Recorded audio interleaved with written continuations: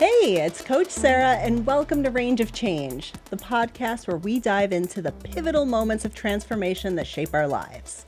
If you're looking for inspiration, insights, and real talk about navigating change, big or small, you found the right place. I'm an ICF certified coach and a seasoned change manager with 2 decades of experience helping people and organizations thrive through life's hairy moments. Whether you're choosing to make a bold leap into a new chapter of your life, or life is choosing it for you, this community will explore how to not just survive, but thrive through change.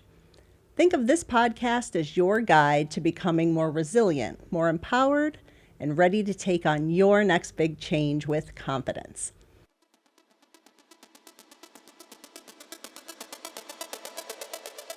Hi everyone, welcome back to Range of Change, and thanks for joining me today. Today's conversation is a special one. I'm joined by Tunc, a father who discovered his voice as a global citizen through CISV, a global peace advocacy organization he joined as a child. CISV was founded more than 70 years ago by Nobel Peace Prize nominee Doris Twitchell Allen and believes in education and inspiring action for peace, beginning with children as young as 10 years old. Today, we will hear about the important impact that his work with this organization has had in shaping his life. And this isn't just his story, it's his whole family's. Also joining us today are his daughters, Alara and Jalen, who are now walking their own paths within CISV. Together, we'll explore how one organization has shaped a multi-generational journey of identity, service, transformation, and values. Tunc, Alara, Jalen, thank you all for joining me. I'm so excited to speak with you. Thank you guys so much for joining me today on the podcast. I'm really excited to have Tunc, Alara, and Jalen here with me, who are going to talk about the change experience that has transcended generations for them with CISV. Thank you guys for joining me. Thank you for hosting us. All right, so I have to start with you, Tunc. You started this whole trend in your family. You became involved with this organization as a young man. Can you tell me a little bit about that experience? Yes, of course. I grew up in Turkey, and my first pivotal experience with CISV was when I was 16 years old. I was offered this role of junior counselor. We call it JC for short. So it's an individual program within CISV, and I went to Germany to represent my country. So it was a very, very exciting time for me because I was going to hop on a plane for the first time for my first international trip, all by myself. You know, I was 16, so it was just, and then I had never really interacted with anybody other than my own people, you know. So it was very, very. So this is an international camp where there will be folks from 12 different countries. Every country is represented by 4 kids and a leader. So it's like about 50, 60 people in the camp, and then the program is called Village, and it's a program for a month. So we basically, the idea is just we live together in this village, and then we learn to live together peacefully. That's the whole idea. So before I took the trip, I decided that I would just have a super open-minded mindset, and then I would just make good with everybody whoever I met. Over there. So that mindset helped me a great deal, actually. So I was able to build really, really good relationships in my camp. And at the end of the camp experience, I just came to the realization that we were so alike, and no matter which land we came from, we were just like, we have these commonalities, right, as being humans. And then I just thought it felt like we could live as one big family, learn from our differences. So that was a really, really amazing experience for me. I'm really grateful for having that opportunity. It sounds incredible, and it sounds like you really embodied the mission of this organization, because CISV is not religious, it's not necessarily educational, it is peace at its core, correct? It is actually educational. Okay. Very educational because it has its own curriculum. All these programs follow some kind of a structure. The organization believes in learning by doing things. So it's not like a traditional classroom setting where there's a teacher that teaches you things. It's not like that. It's just like all about different activities you play. It's like, and then after you play those activities, then there's a chance that you debrief and then you reflect on what you learned from those activities. So the children are basically learning without necessarily knowing that they're learning things through these experiences. Well, that sounds like the best way to learn. Yes, absolutely. So I have to ask, you've graciously introduced your beautiful daughters to me to talk about their experience with the organization as well. So Alara, I'll start with you. What was it like when you were introduced to this organization, and how old were you? So let's take it back 10 years. I was 10 years old, and I had a really bad dream where I was being taken away from my family to another country. So I walked downstairs the next morning and I told my parents, and then my dad laughed and was like, oh, well, that might actually come true. And then this was when he first talked about his CISV experience. This was like my first time ever hearing about his experience and also CISV as an organization. And then before I knew it, I was going to one of our biannual mini camps that we have in upstate New York, and I made my dad come with me because I was really scared, and I was like, you have to come with me. And so I went there, I met a bunch of like-minded and also a lot of nervous kids, and we just bonded. And then like a couple months later, I went to South Korea for my first program with 3 of them. So When you were 11. when I was 11. Yeah. And then after that, I just kept going back to every biannual mini camp, twice a year, every year. And yeah, so that was my introduction. That is amazing. I struggled with slumber parties when I was 11. I can't imagine going halfway across the world. It was a very positive experience, though. Oh, yeah. No, it took some time to get used to being, that far away from my parents, no phone. Also, I think it was like an 11-hour time difference. So it took some time to get used to. And I also did get very sick at camp, halfway through camp. But overall, it was amazing. Yeah. That's really cool. Yeah. All right. So what about you? What was your first experience with the organization? So when my sister got involved in the organization, I was also introduced to it. I was 6 years old. So obviously it was very scary for me. Similarly, I was not able to go over to slumber parties or anything. I was terrified. But when I also reached the age of 9 or 10, I was also going to these biannual mini camps. And then to get myself to go to these camps, my mom and dad, we made a bet together. I dyed my hair blue. And then that was the way they convinced me to go to Italy. And I did also go, like Alara did, no phone, big time difference, and it was great. So you were 11 with blue hair in Italy. Basically, yeah. You are my hero. That sounds amazing. So tell me a little bit about, I don't know if you remember it in detail, but how did they help you move through your fear? So you start out as a scared little kid on your first trip, and you end up having the time of your life.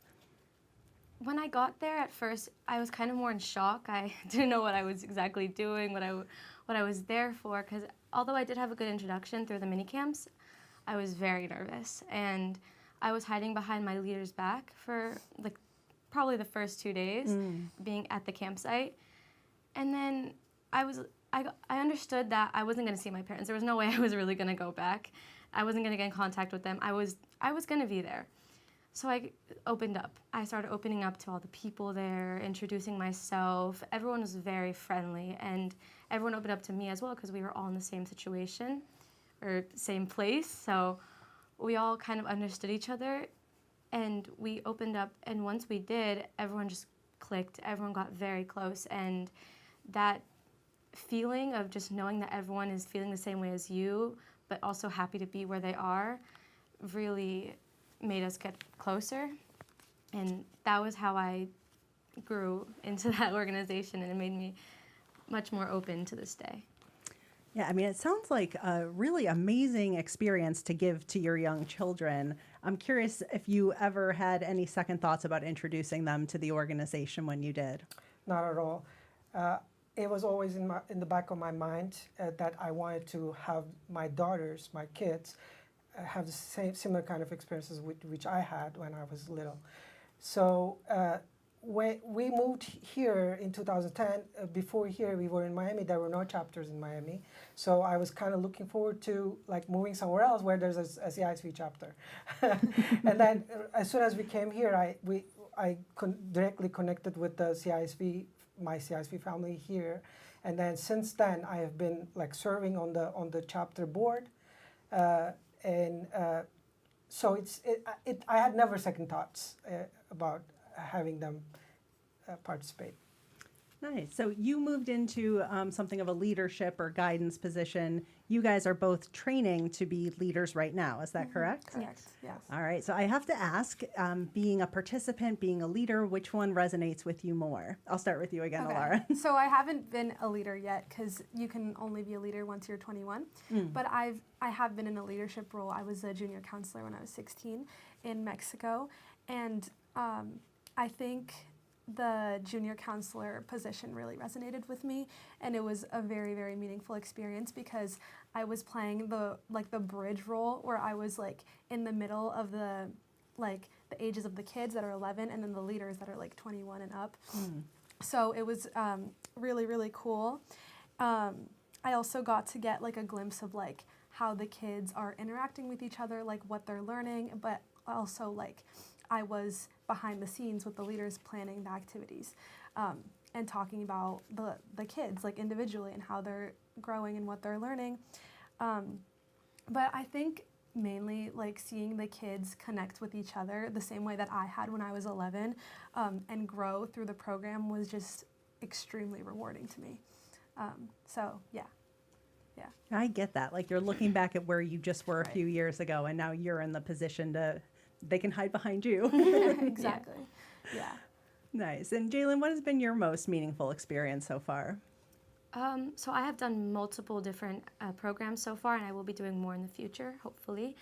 But I think so far being the president of our junior board in New York has been very meaningful to me, as I am in the leadership position and I plan a lot of different activities. I bond with not only the kids, but also people my age. We work together to plan multiple things, even at mini camps or out. And then also just like talking with the kids, learning about them, seeing how they're going to grow through this program and hopefully be able to do what I'm doing, eventually take my spot on the board. I think that's been very meaningful to me. Oh, that's great. So I'm curious, since this is something you all do as a family, like so many families start to fade and grow distant at this age as their kids become teenagers. How has being a part of this organization impacted your family? I think it impacted us in a very positive way. So the reason I'm saying that, we all volunteer for the organization because it's a 100% volunteer organization. We all volunteer at different levels. I'm on the adult board. She's on the junior board. She's kind of grown out of the chapter for now, but when she turns 21, she's going to come back. So since we all volunteer, it just feels like we're all part of the same team. So we all know the volunteers in the organization. We all know what's happening in the organization, right? So we always talk about these things over dinner conversations. So it just gives us an opportunity to talk about the same subject that we are so invested in.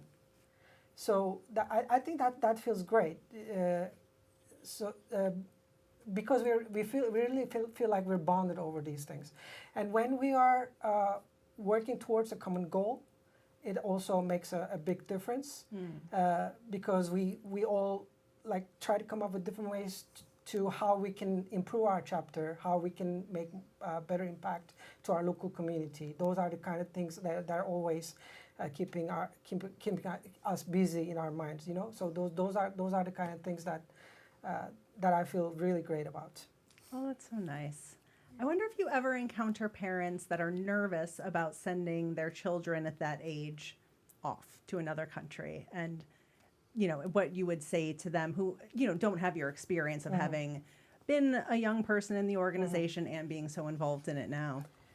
I think it's okay to be nervous at first, especially if you are not really, if you don't know about the organization much. So I would advise them to do their research about the organization that they're going to send their kids with. So I didn't have that problem because I knew the organization inside and out. Right. But I would definitely recommend them to do their research and then make sure that their values are aligned with theirs.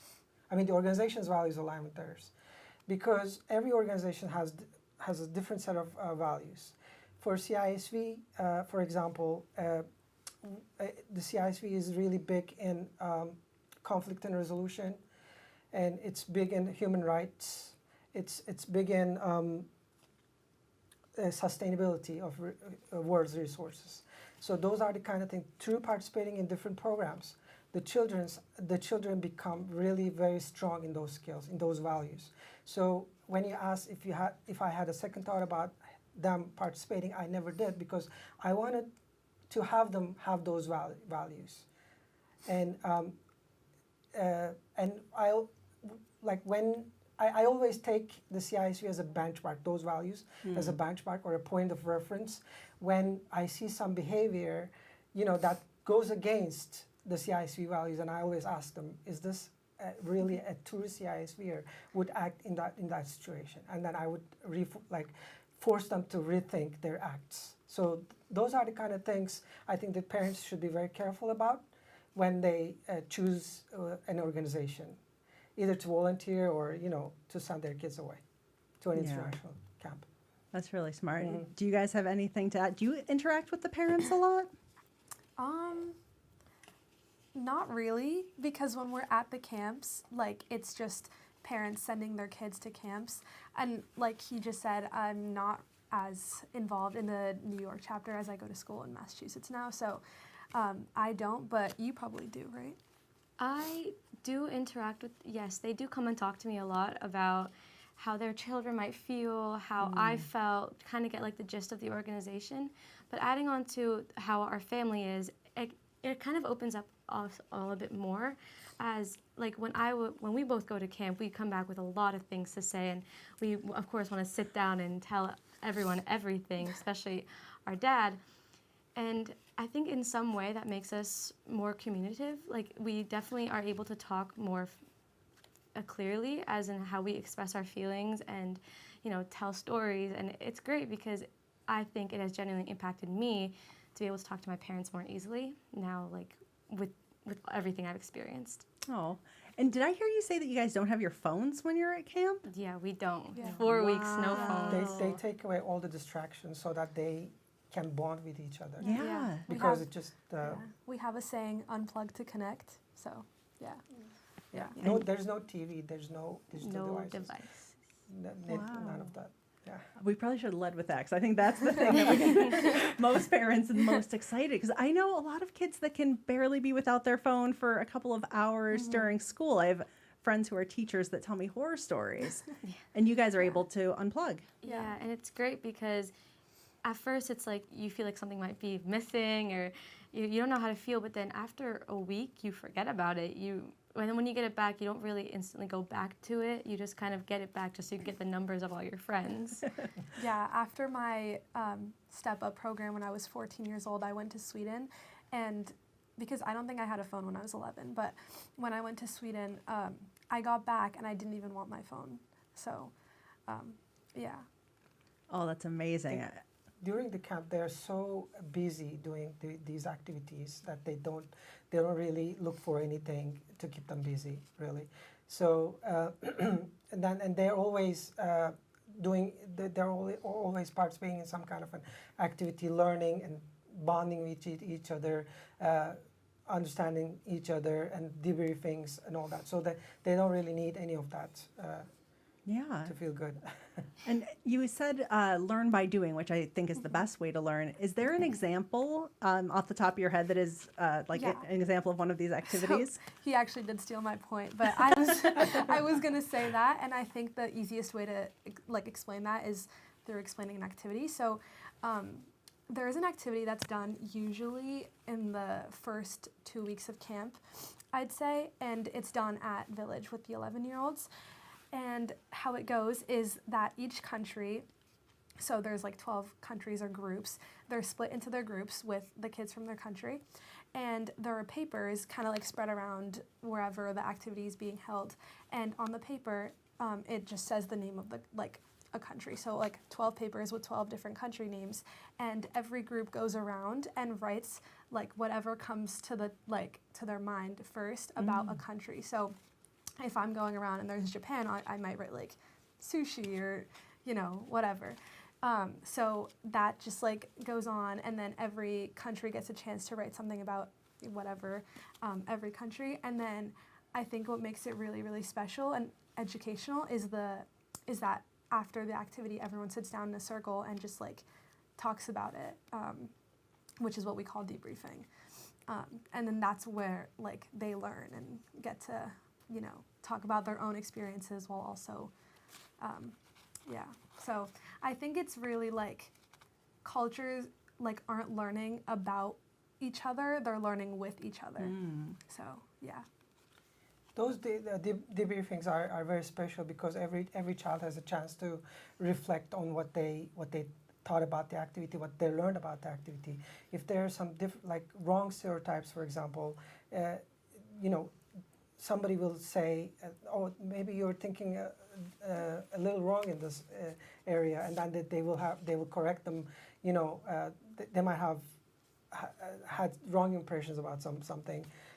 So they talk through these things, and then they kind of come to a middle ground, where they all stand. So that those are very, very educational, because they all reflect on, and then they can learn from each other's perspectives. Yeah, no, I see so much in that activity. Like you have to think, critical thinking, you have to communicate well, you have to process feelings if you're upset that you see a word that you don't like, so the conflict resolution comes through very clearly. Yeah. The debriefs usually go really, really long, and I think it really is impactful because it's opening the kids' eyes to different perspectives and global issues. So yeah. It's definitely not for every kid. If some 11-year-olds, all they want to do is just run around and then just play. Sure.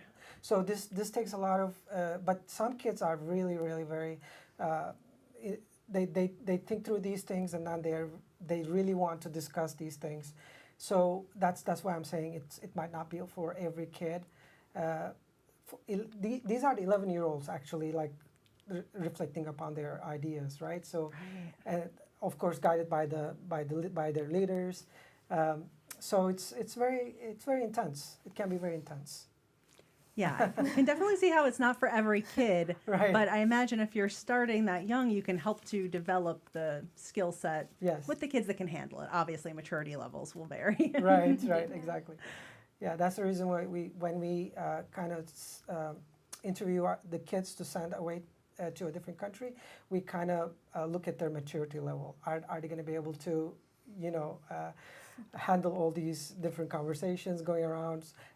Don't get me wrong. They're also like running games. Like it's not only about talking and discussing and debating and all that, right? So there's also like running games. There's trust games. There's all kinds of different games.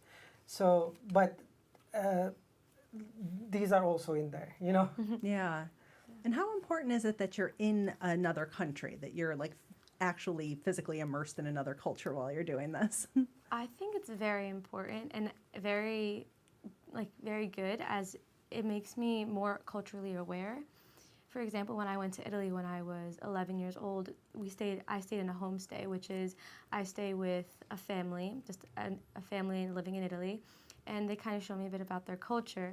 And I specifically remember the first night that I landed in Italy, they took me to their home. They showed me everything that they regularly do, which some things did differ. So I liked being able to see all this.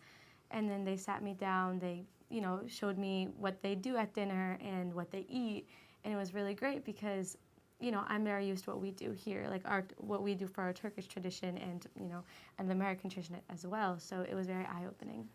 Yeah, I think it is very important to like get immersed into different cultures so that you're more culturally aware. But at the same time, like the camp and the educational curriculum, I think that's what matters the most. Like, don't get me wrong, I love traveling and like love eating different foods and seeing different places, but I think it really is like what happens at the camp with the activities and the debriefs that is the most impactful, at least in my opinion. This summer I'm going to Philly for a camp. I'm junior staffing since I'm only 20. And at first, like, I was bummed, like, she's going to Luxembourg this summer. And I was upset. I was like, dang, like, I could be going to, like, the Philippines or whatever. But I think it really is just the camp and the people that make the place. So, yeah. Yeah, and that's the thing that stays with you. Right. And, you know, thinking about legacy, like, really, this organization has a long legacy of advocating for peace in the world, and you're now a leader in this organization, but you're also the head of your family, and you've now created this legacy for your daughter. So I'm just curious if that word means anything to you in relation to your work with CISV. Legacies. So when I started volunteering for CISV New York, my original motive was to have them get involved. So I didn't really think further than that. I wanted to have them the same kind of experiences. But as I volunteered more and more, I kind of started noticing the impact my volunteering work does in terms of community building. It really mattered to me. So. And not only that, but I also started to notice the growth that my children are experiencing through participating in these programs. And not only my children, also the other children in the chapter. So being able to make impact in their young people's lives just meant so much to me, and it motivated me to volunteer even more. So I guess my legacy, I'm going to talk about a little bit about the founder of this organization, Doris Allen. Doris Allen, she founded this organization, and she was the Nobel Peace Award nominee for her work in this organization. So that might be a little too ambitious a goal for me to attain, right? But I still feel like I can contribute, to the best of my ability to her noble cause of, living in peacefully with everyone in this world. So it might be like a little utopia to achieve that kind of a goal. But I think if many of us, contribute with their skill set, I think we can literally make a difference. So that's what. I don't know if I answered your question, but that's what my legacy is all about. I think I'm going to continue volunteering for this organization, trying to make it better, trying to make a big impact in community building, because it's actually that's what we're doing. Like, we're building a community of like-minded people in this organization, and so we just try to understand our differences and then learn from each other. Oh, well, I'm super inspired. I would put you up for the Nobel tomorrow. Okay. I know you mentioned that young people often get involved in this as early as 10 or 11, yes. But is this an organization that people can become involved with at any age? Of course. We're open to everyone, basically, whoever wants to be a part of our community. We will just, welcome them with open arms. So I would definitely suggest that they follow us, CISV New York, on the social media channels, and maybe sign up for our newsletter. And then that's the best way to know about the happenings in the chapter, because when we organize local events like summer picnics, for example, or Christmas parties, we send all this information in the emails, and then they can just sign up and then show up, and then become a part of our community, and then they will start building their relationships in the organization, learning more about it, and then hopefully they will apply for their children to go to a program internationally. That's definitely doable. That's wonderful. And for the two of you, I know a legacy is a big word for young women your age, but are there values or lessons or something about this experience that you hope that you'll carry through the rest of your lives? Definitely. I think the biggest one for me is empathy. That's a value that every camp tries to teach, or as a junior counselor, like we were trying to teach that to little kids. Just listening to other people, even when their experiences are completely different than yours, being open-minded, asking questions, staying curious. I think those are all lessons and I guess values too that will stay with me. And I think something that a value that I really want to carry is that like peace isn't this big, well, I guess it kind of is, but it isn't this like big global goal. I think that we can really work towards it every day if we just talk to each other and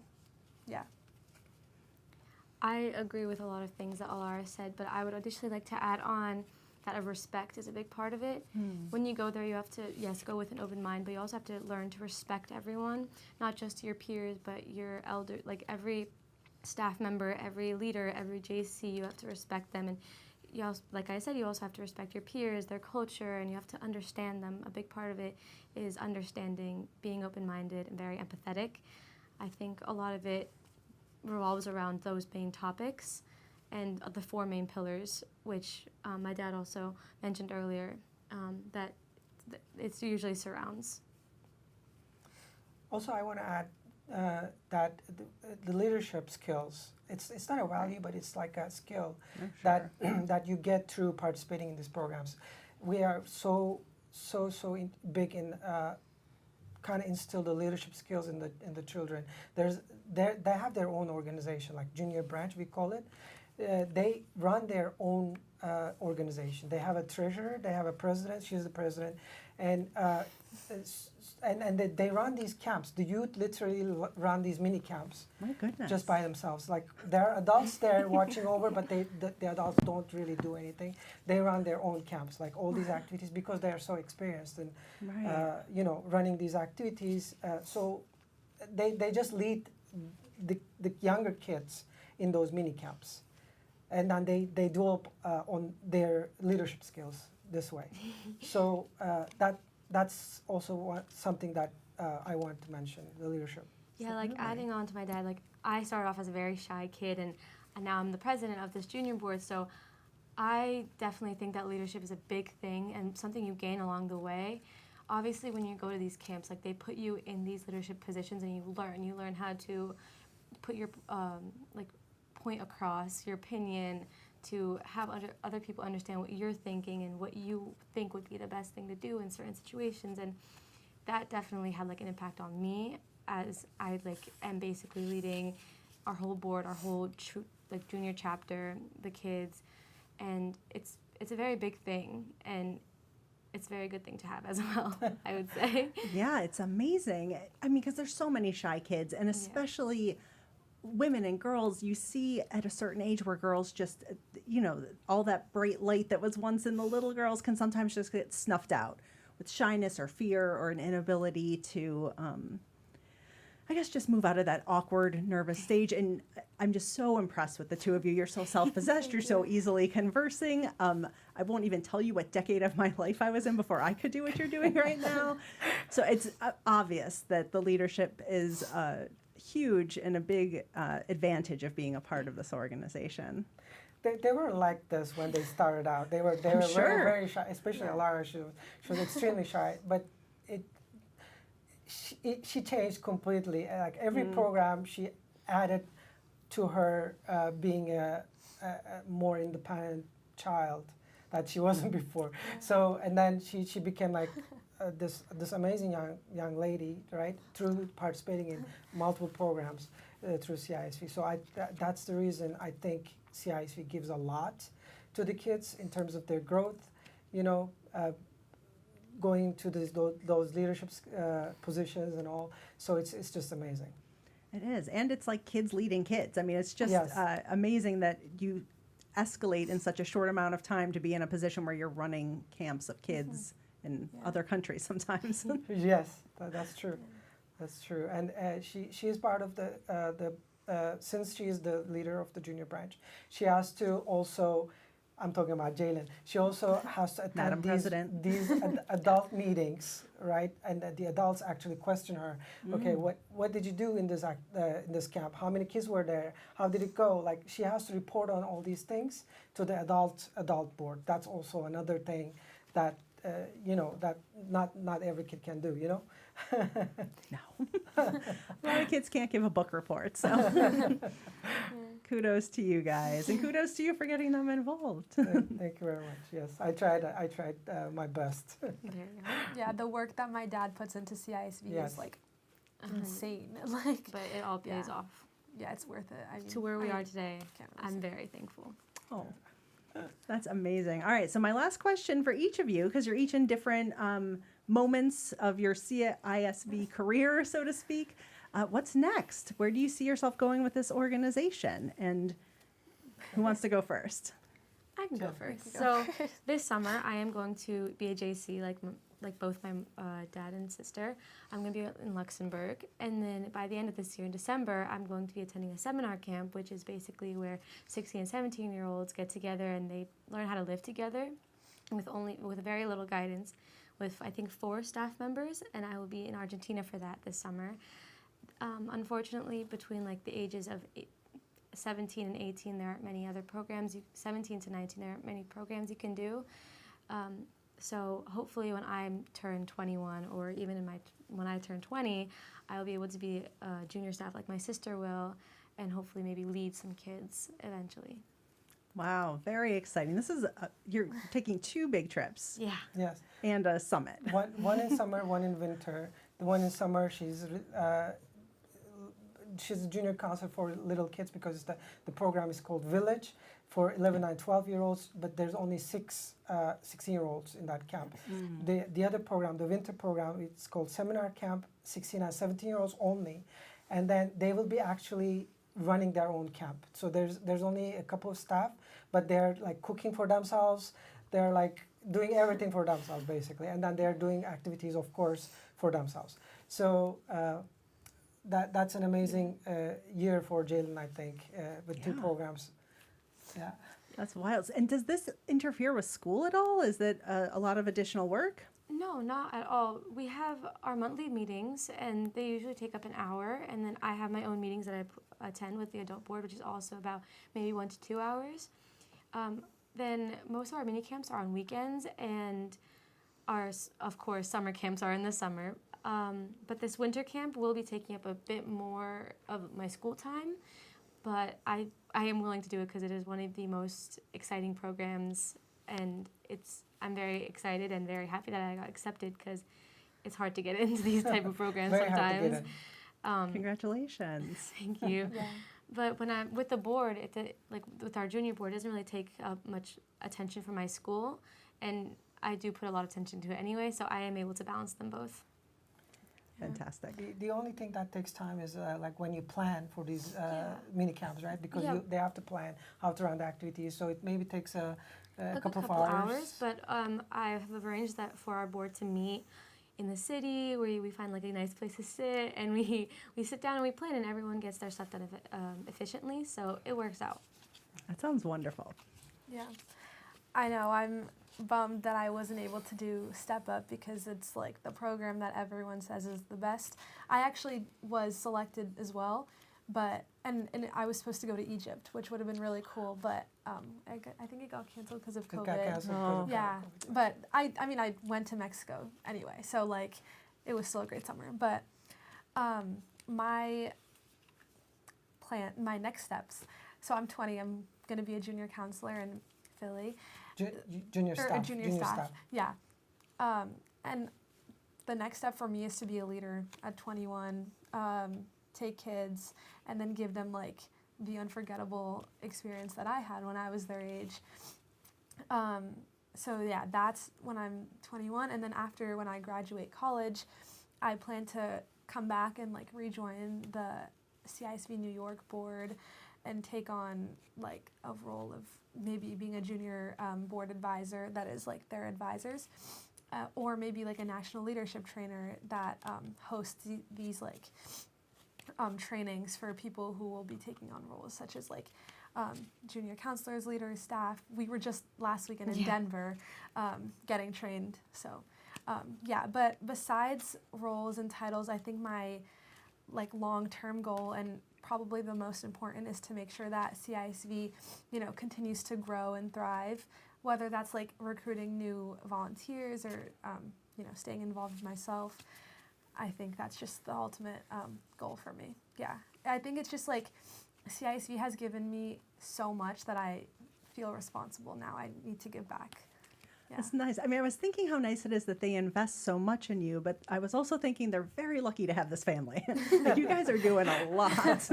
I think most CISV families are very much like us, like-minded. Yeah, we have amazing volunteers in our chapter. Very, very like goal-oriented people. So I'm very proud of all the volunteers that we have in our chapter. As for me, my next step, there's a national organization which is called CISV USA. CISV USA has maybe 20 plus chapters across the U.S. New York chapter is just one of them. There's chapters all over the place in the U.S. And there are 60 member countries. It's also an international organization.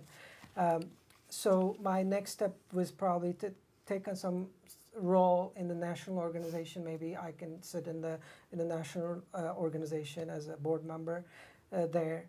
But I will still continue to volunteer for the New York chapter because I've been doing this for 10 years. I have so much knowledge built up to this point. So I mean they couldn't possibly do without me. Well, he was the president. I don't think you mentioned that. I was a it runs in the family. I was a past president, but yes. So that's what my plan is. Amazing. And you guys are just so doggone ambitious. Always the next step. But it's for an amazing cause. And I've learned so much. I'm so interested in the organization. So I'm going to do some more research. I'm going to post all of the links and socials and stuff along with this. Is there anything else that I didn't ask you that you'd like to share about the organization, about your journey through it? I think you got everything, yeah. Best experience of my life, best people I've ever met. I have friends all over the world, not just like the country, but all over the world. And I don't think many people can say that. Like if I'm in Mexico or, Sweden or whatever, and I need, a place to stay, I need whatever, connections, networking, I've got all of that. Like, yes, it becomes like you've become part of this global community. And you end up having friends everywhere, basically. And then you get acquainted by either through your own connections, either the connections of your family members and their friends. So it just becomes like this big global family. And wherever you go, you just come across somebody from CISV, and then you know exactly that they're the same kind of person that you are. You believe in the same things, same values are there. So it's just like amazing to become part of this community, and it's open to everyone. So all they have to do is just get involved, and then meet some of us, and then we'll take it from there. Yeah, you really do see how small of a world it is once you join the CISV community. Because we were just at the training, and then. They'll be like, oh, you did this thing in Mexico. Do you know so-and-so? And I'll be like, yes. And then they'll be like, oh, I did this program with them 2 years ago, and now we're automatically friends. So. You build lifetime friendships, and it's amazing. I wouldn't trade anything in the world for it. No. The other thing that I want to say is maybe the last thing. I'm sorry I'm taking too much of your time. The organization doesn't have a lot of resources because we are all volunteers.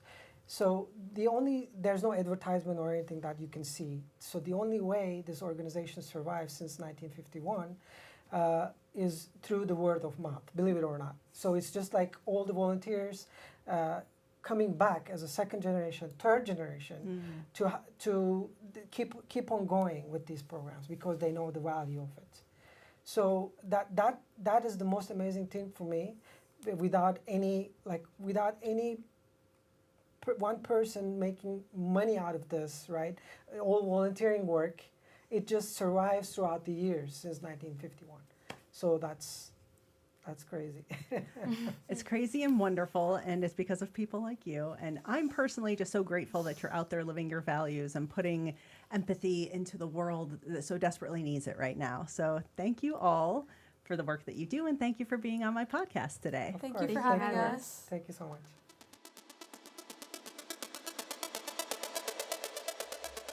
All right, another big thank you to Tunc, Alara, and Jaylene for that wonderful conversation. My goodness, how incredible are those young women? I was so impressed by their poise and their conviction and the moral compass that just shines through. And what a proud father Tunc is.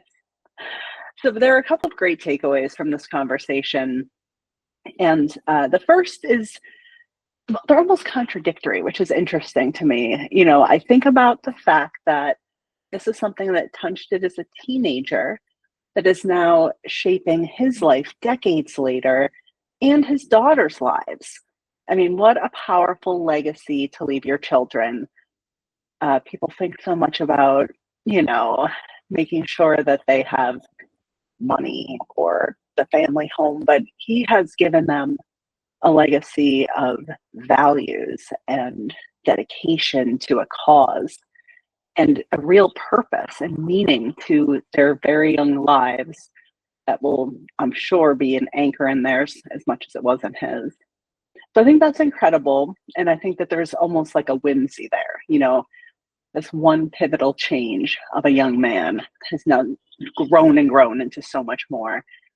But I'm also fascinated by the commitment and the conviction, the very opposite of whimsy, the amount of day in, day out dedication that this family has shown to this great organization and what it stands for, and how incredible it is to have a change in your life that then gives your life that shape, that purpose, that meaning, and what an important component community is in that story. This organization is not just working for a better world, and they certainly are, but they're really building communities. They are helping people learn how to be good community members, good supports to one another, and to together build the better world, because it's the only way it's going to happen. I'm so grateful for this conversation. It really had a huge impact on me. I am inspired by each and every one of these amazing individuals. I'm interested in learning more about their organization. And really, you know, when I think about the balance of components in my life, how much am I getting a strong feeling of purpose from the volunteer work that I'm doing? Something we can all think about. You know, I think we all put time and effort into building the life that we want. And there are moments when it makes sense to pause and reflect and say, am I getting out of this what I thought I would? Is this a moment to pivot? Is this a good time to try something new? And you know how I think it's always a good time to try something new. So thank you to Tunc, Alara, and Jaylene for sharing your really inspirational stories, being such amazing role models, and giving us all some inspiration to think about new ways that we might want to interact with the world. Until next time, I'm Coach Sarah, and this is Range of Change.